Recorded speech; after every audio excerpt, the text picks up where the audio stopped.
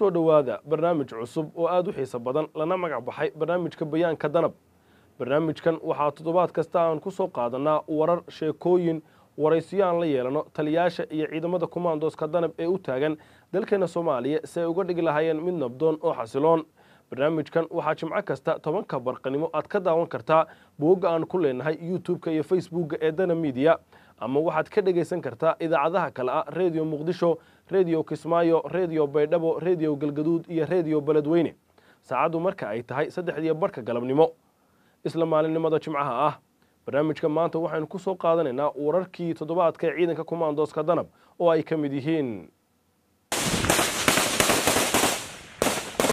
ciidanka danab oo howlgallo ku qaarijay 3 horjoogayaal oo ka tirsan al-shabaab.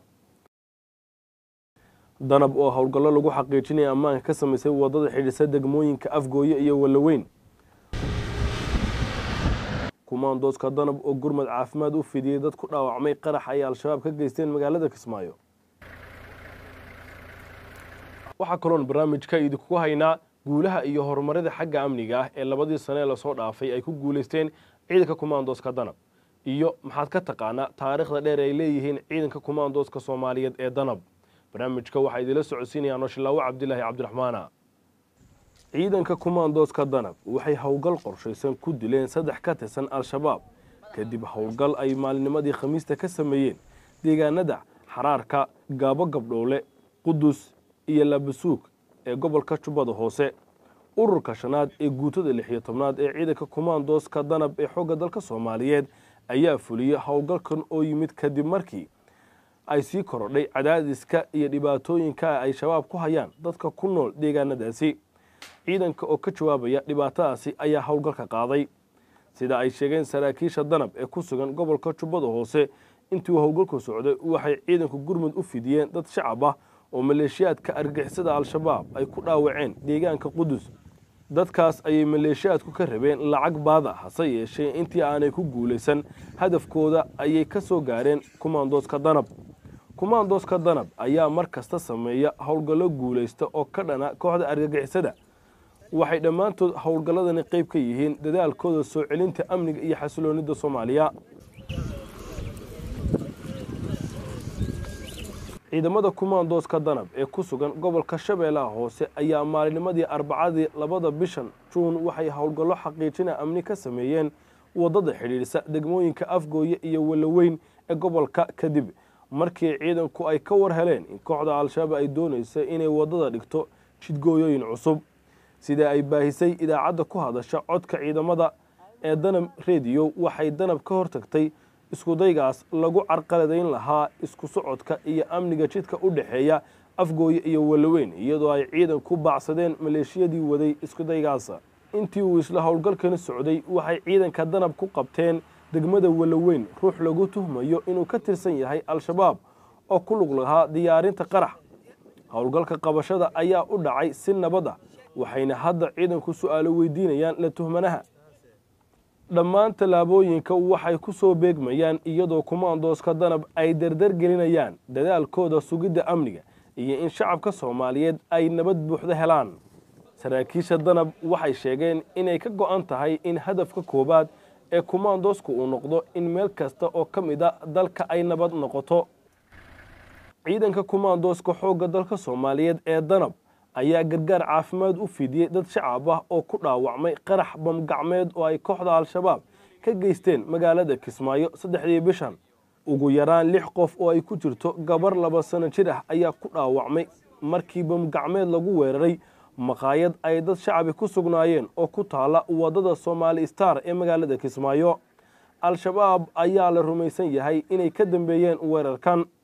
ururka shanaad ee guutada 16aad ee kumaandooska xoogga dalka Soomaaliyeed ee danab oo gudanaya waajibaadkooda qaran kana jawaabaya dhibaatada meesha ka dhacday ayaa dhaqaatiir ka socotay ciidanka ay gargaar caafimaad u fidiyeen dadka ku dhaawacmay weerarkan. dhaqaatiirta ayaa daweeyay dadkii dhaawacmay halka dadkii qabay dhaawacyada halista ah loo qaaday cisbitaalka guud ee magaalada Kismaayo.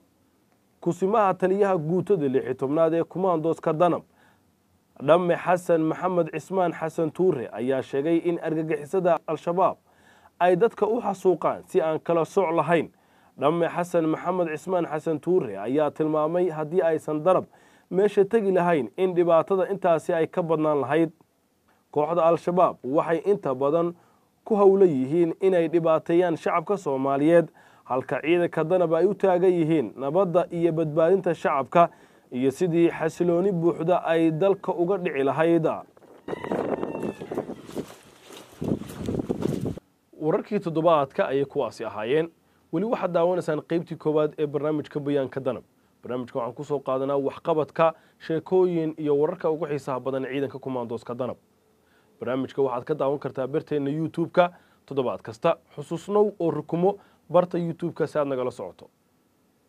ciidanka danab waxay dhowrkii sane u dambeeyey gaareen guulo waaweyn oo xagga amniga ah. waxay horseed u noqdeen xoreynta deegaano badan oo ka tirsan dalka iyagoo ku guulaystay qorshaha amniga iyo xasilinta.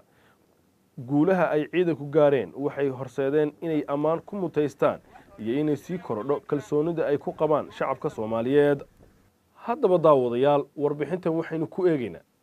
guulaha dhinaca horumarada iyo amniga ee ay sameeyeen ciidanka kumaandooska Soomaaliyeed ee danab.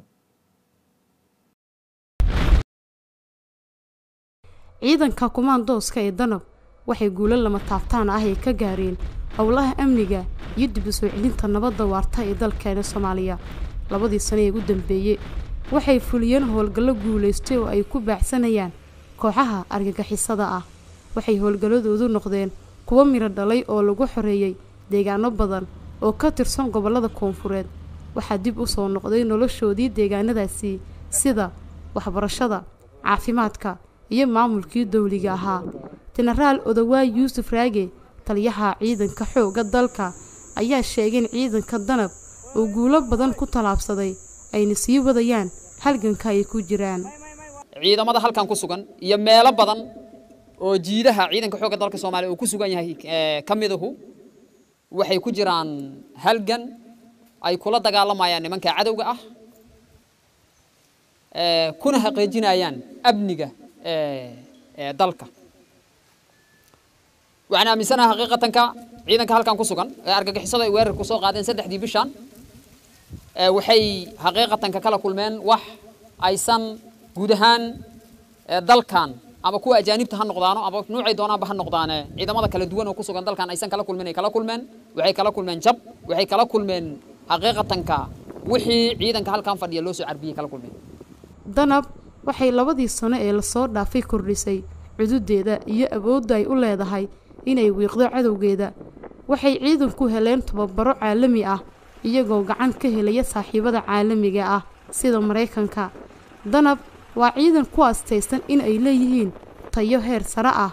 oo u saamaxaysa inay si degdeg ah u howlgalaan oo ay bartilmaameedkoodu gaaraan sida uu leeyahay Cabdiraxmaan Sahal Yuusuf oo ah khabiir dhinaca amniga iyo siyaasadda gobolka Geeska Afrika.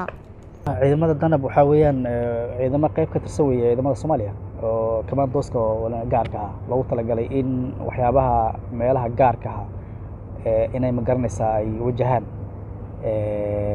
dalkan inay cadowga ka dhiciyaan operation gaarka inay fuliyaan. wadan kastana wuxuu leeyahay ciidamo noocaas oo kale oo kumaandoos oo gaar ah si gaar loo taabaro. ciidamadaas oo dhan waxa weeyaan waa ciidamo runtii tayo leh leeyihiin. sida uu leeyahay khabiir Cabdiraxmaan Sahal, horumarada danab waxaa ka mid ah in dhowrkii sano ee u dambeysay ay Soomaaliya u soo jiideen sumcad iyo in ay dib u soo celiyaan halgankii ciidamo ee dalka lagu yaqaanay. ciidamada danab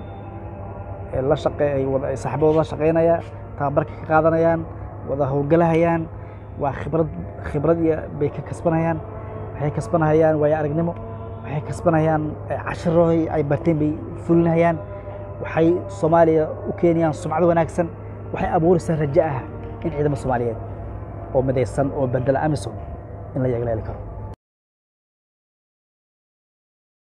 24 bilood ee u dambeysay howlgallo guuleystay oo qaarkood lagu xidido siiyay saraakiil sarsare oo ka tirsanaa al-shabaab ayay danab ka fuliyeen dhowr goobood oo ka tirsan gobollada dalka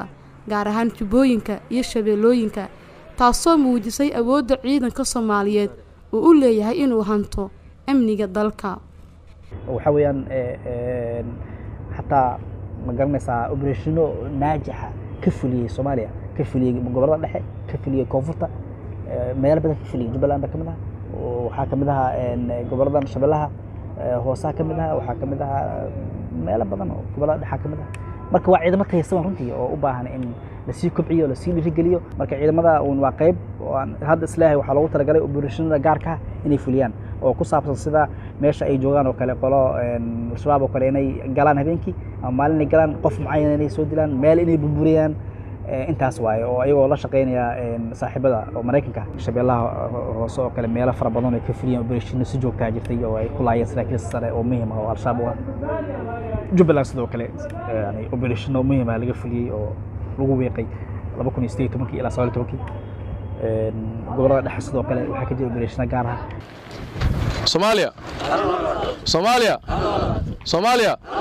aragtida shacabka Soomaaliyeed ee ka haystaan danab waa mid sareysa oo shacabku waxay ciidanku u arkaan in ay yihiin ciidan dhexdhexaad oo aan marnaba siyaasad iyo wax kale aan ku lug lahayn danab waxay u taagan yihiin oo kaliya amniga iyo xasiloonida dalka wada shaqeynta danab ay shacabka Soomaaliyeed la leedahay waa mid ku dhisan isfaham iyo gaarista Soomaaliya oo xor oo xasiloon guulaha ciidanka danab iyo guud ahaan ciidanka xoogga dalka Soomaaliyeed waxay cadeyn u tahay si ay uga go'an tahay dhammaantood in la helo nabad waxaan rajaynayaa inaan u dabaaldegno guulo badan oo ay gaaraan ciidanku mustaqbalka kumaandooska Soomaaliyeed ee maanta jira waxay leeyihiin taariikh muddo 10 sano ah soo jirtay oo ku astaysan waqti ku dhow xilligii la dhisay ciidanka xoogga dalka Soomaaliyeed maxaad ka taqaanaa kumaandooska xubintan waxaan dib ugu eegaynaa taariikhda kumaandooska Soomaaliyeed ay lahaayeen laga soo bilaabo xilligii madax banaanida ilaa 1991 haddaba daawadayaal waxaanu la kulanay laba xubnood oo hore uga tirsanaa ciidanka kumaandooska Soomaaliyeed ee danab waxaanu wax ka weydiinay taariikhda ciidanka danab iyo sida ciidanka hadda jira ay wax uga baran karaan ciidankii hore kumaandooska Soomaaliya oo la asaasay waqti ku siman xilligii la dhisay ciidanka xoogga dalka Soomaaliya waxay leeyihiin taariikh soo jireen oo ka badan nus qarni waxay weligoodba qayb ka ahaayeen ilaalinta amniga sharafta iyo xasiloonida shacabka iyo dawladda Soomaaliyeed ciidanka danab wuxuu weligiis ku astaysnaa inuu u taagnaa inuu difaaco qarannimada Soomaaliya daawade maxaad ka ogtahay taariikhda soo jireenka ee ciidanka danab ay leeyihiin Colonel Cabdisalaan Axmed Gabayre iyo dhamme Faarax Nuur Cali waxay ka mid ahaayeen ciidankii kumaandooska Soomaaliya ee dhisnaa ka hor intii aanu dalku dagaalada sokeeye gelin waxay barnaamijka bayaanka danab uga warrameen aasaaskii ciidanka iyo sababihii ka dambeeyey in la dhiso aasaaska taariikhda kumaandooska saddexda hoggaan waaweyn waa la shaqayn jireen ciidanka kumaandoostu waxaana ahaa markii 63 ayaa iyaga xoog loo soo aasaasay la isku duway markii maaragtay halkaasi dagaalkii haddana 64 marka laga soo baxay yaa la sii tababaro aad la isugu sii duway aasaaskina wuxuu ahaa aasaaskii ciidamada meeshaan la yiraahdo hadda xalane xaruntii lagu aasaasay bay ahayd oo dugsiga tababarka ugu weyn bay ahayd kumaandoostuna waxay ka mid yihiin qayb ciidamada ka mid ah waxay ahaayeen ciidamo aad iyo aad u tababaran runtii badan dawladdii dhexe ee Soomaaliya ay tababartay meelo badan ay ku soo tababartay oo dalka dibaddiisa ah ka bacdina ayagu waxay noqdeen tababarayaal ay noqdeen waxay ahaayeen ciidamo aad iyo aad loogu kalsoon yahay oo ka mid ah xoogga dalka Soomaaliya danab baa la dhihi jiray waxay ahaayeen ciidamo duurka ku jiri kara ayaga oo aan waxba cunin 2 week kuna noolaada masaska duurka ku jira danab waxay ku asteysnaayeen weligoodba inay ahaayeen badbaadiyaasha shacabka Soomaaliyeed waxay ahaayeen ciidan loo diro howlgallada gaarka ah oo ciidan kasta uusan qaban karin mid ka mid ah guulihii dhaxalgalka ahaa ee lagu xasuusto ciidanka danab waxaa ka mid ahaa badbaadinta diyaarad ay lahayd shirkadda diyaaradaha ee Lufthansa oo laga soo afduubay dalka Lebanon sanadku markuu ahaa 1977 waxay danab howlgalkaas badbaadinta ugu soo jiiteen Soomaaliya magac iyo taageero caalami ah waxay ahayd badbaadiyaalka dalka Soomaaliya dibaddiisa iyo gudihiisaba waxaa ka mid a waxyaabaha ay badbaadiyeen diyaaraddii Lufthansa ee laga soo afduubay Falastiin soo afduubtay Beirut laga soo afduubay Yurub meel kasta laga soo markii ugu dambeysay Talyaaniga ay ku degtay Talyaanigu yiri taayiradaha laga banjariyo oo Yaman ku degtay oo meel walba ku degtay aakhir Soomaaliya ku soo degtay diyaaraddaas markii soo degtay iyadoo aan waxba la yeelin dadkii saaraay ayaa diyaaraddii hoos laga furay dabna loo shiday dhinaca maayamoorta oo xigta xeebta ayaa dab loo shiday dabkii intay fiirsanayeen hoos ayaa commandostu ka gashay iyo technicalkii aviationka ahaa xoogga dalka Soomaaliya ay ka galeen isla markiina waa la qabtay taariikhda ciidanka danab waxay tilmaamaysaa inay ahaayeen ciidamo leh tababar heer sare ah markii uu dalku burburay ciidanka danab waxay ka mid ahaayeen xoogga dalka ee uu burburku saameeyey hase yeeshee sanadihii ugu dambeeyey ayaa dib loo unkay ciidanka danab commandoskii hore ee Soomaaliyeed waxay sheegeen in ciidanka danab ee maanta jira ay leeyihiin astaamo lamid ah kuwii ciidankii hore waa kan Colonel Gabayre oo soo bardhigaya labada ciidan ciidanka horta danab oo hore iyo danabkan dambe magaca waa isaga mid ku talagalku waa isaga mid waxay leeyihiin dhaqaale gaar ayay leeyihiin tixgelin gaar ayay leeyihiin waxay leeyihiin himage yacni dhiirigelin bay leeyihiin ciidamada kumaandoosku maahan la mid maahan ciidamada kale ciidanka danab ee maanta jira waxyaabo badan ayay ka baran karaan kumaandooskii berisamaadkii si ay u sii wadaan dadaalkooda sugidda amniga iyo nabadda Soomaaliya macaanka dawladnimadu waxa ay leedahay in la baro ay u baahan yihiin lana tababaro oo wadaniyadda waxa la yiraahdo lagu tababaro ma fahantay la baro dawladnimadu waxa ay tahay askarinimadu waxa ay tahay nolosha bini'aadanka waxay tahay sida loola noolaado dadka ma garatay qarannimada Soomaaliyeed haykalkooda lagu saleeyo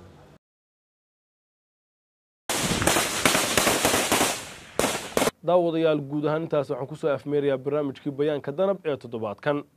bayaanka danab waa barnaamij toddobaadlaha oo ku soo qaadano